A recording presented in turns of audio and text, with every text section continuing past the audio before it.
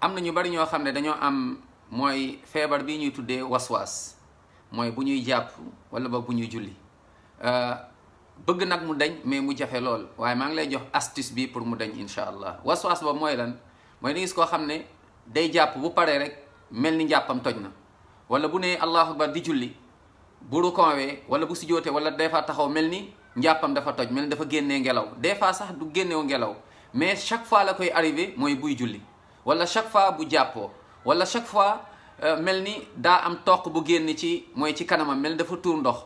Des fois day ay imagination yi lay am. boo bëggee mu dañ mooy bul ko jox benn importance. sooy julli mel ni sa jàpp toj na, defal sa xel ni loolu du dara, sa jàpp tojul. booy jàpp nga pare nga mel da nga sentir sa jàpp toj na, neel sa jàpp tojul kon demal bul ko jox benn importance. soo ko joxee importance rek day màgg, après ça va te bouffer en fait le cerveau et après dootoo amati concentration sa julli, dootoo amati cafka ci jaamu yàlla ci julli exemple wala boog ci jàng alxuraan.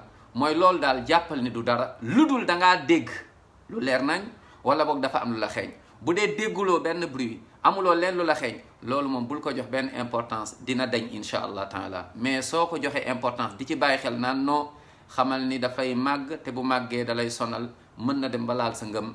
yal na yàlla yërëm ñu may wér ñu feebar ñëpp allahumma amin ya rab.